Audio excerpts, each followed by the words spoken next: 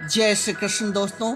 कहते हैं कि जब कोई व्यक्ति मर रहा हो तो उसे गीता का दूसरा और 7वां अध्याय सुनाना चाहिए।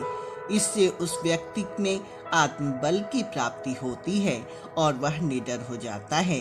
गीता में पित्त और आत्मा के बारे में कई सारी बातें बताई गई हैं।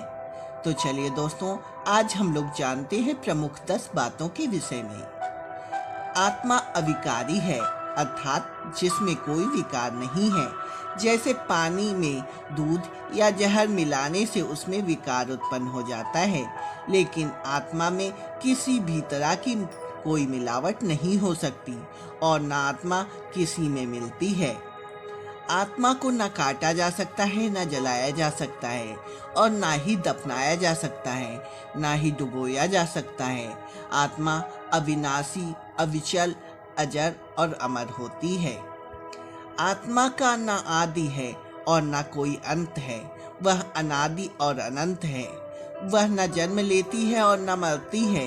पुराने शरीर को त्याग कर वह नया शरीर धारण करती है। शरीर त्यागने पर यही आत्मा भूसा, जीवात्मा या सुछात्मा कहलाती है। भूतात्मा को पितर भी कहते हैं। मरने के बाद आत्मा की कर्म गति के अनुसार उसे ब्रह्मलोक, देवलोक, पितृलोक या नरकलोक की प्राप्ति होती है। श्री कृष्ण कहते हैं कि देवताओं को पूजने वाले देवताओं को प्राप्त होते हैं, पितरों को पूजने वाले पितरों को प्राप्त होते हैं, भूतों को पूजने वाले भूतों को प्राप्त होते हैं और मेरा पूजन करने वाले भक्त मुझको ही प्राप्त होते हैं। इसलिए मेरे भक्तों का पुनर्जन्म नहीं होता। पितृलोक में पुण्यात्मा ही पहुंचती है, जहां वह अपने पितरों के साथ सुखपूर्वक समय बिताकर पुनः जन्म लेती है।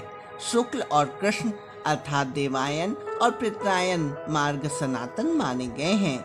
इनमें एक द्वारा गया हुआ जिससे वापस नहीं लौटना पड़ता उसे परम गति की प्राप्ति होती है और दूसरे के द्वारा गया हुआ फिर वापस आता है, अर्थात जन्म मृत्यु को प्राप्त होता है।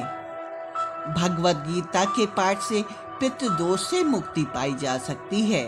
पितरों के निर्मित पढ़े गए गीता के पाठ से पितरों को मुक्ति मिलती है। श्राद्ध पक्ष में गीता के 7वें अध्याय का पाठ किया जाता है। इस अध्याय का नाम ज्ञान विज्ञान योग है। श्री कृष्ण कहते हैं, हे धनंजय, संसार के विभिन्न नागों में मैं शेषनाग और जलचरों में वरुण हूँ। पितरों में मैं अरमया तथा नियम करने वालों में यमराज हूँ।